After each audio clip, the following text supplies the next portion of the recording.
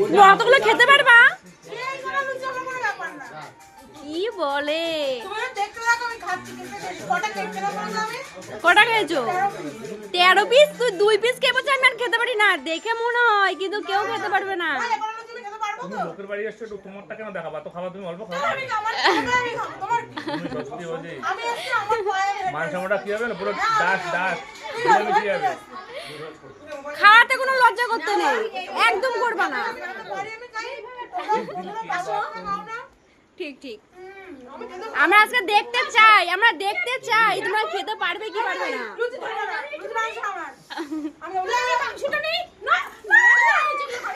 তুমি মাংস নিলে খাবে কি দিয়ে? তোমরা ঝগড়া করো না। আরে এটা লোকের বাড়ি। লোকের বাড়ি।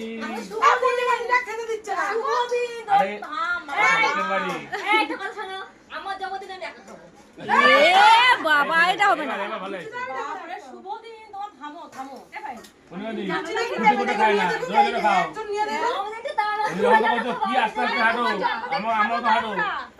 দেখি কে যেতে।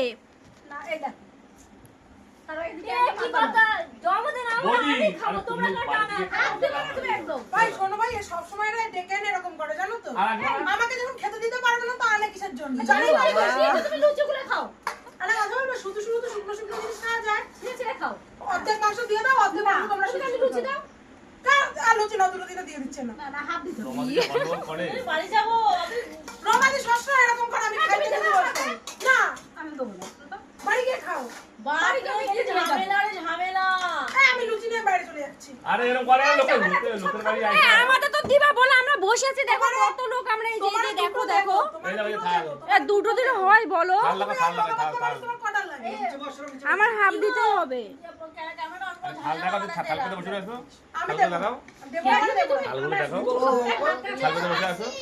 হ্যাঁ থালা পেতে দেখো বসে আছে, আমাদেরকে খেতে দিচ্ছে না এরা দুজন। একজন মাংস খাবে, একজন লুচি খাবে।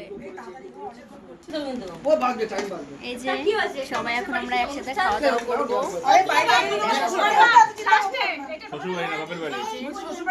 রাতে লুচি মাংস। দেখো কেক দিচ্ছে, দেখো কেক খাচ্ছি। আর দেখো গাইস পায়েল ভাই এত কষ্ট করে দেখো লুচি আবার মাংস করেছে। সত্যি ভাবা যায় বলো কি দরকার ছিল এত কষ্ট করা ওদের? আবার লুচি মাংস দেখো গাইস। আমার বাড়ি হলো তো আমি করতাম না, কাভি নেই। উড়ি বাবা বাড়ি যান। ঝিলিক মেরেছি লাইট। এবার দেখা যাবে বন্ধ করে। এই হ্যাঁ একটু আলু এই সব আমাদের দিয়ে দিও না। এই বলছি একদম অল্প। এই না অনেক আছে, তুমি খাও তো। বলছি একদম অল্প দেবা। এই একদম অল্প দেবা। আলু দেবা, তুমি আর কিছু লাগবে না। আমি মাংস অল্পই খাই। তুই দাও না। তরকারি কিন্তু ঝাল হয়ে যায়, কে কে খেতে পারবে না বলো? খাও। আমরা ঝাল খাই। আমরা কিন্তু ঝাল খাই। আমরা ঝাল আবার তাই তারপরে আবার কষ্ট।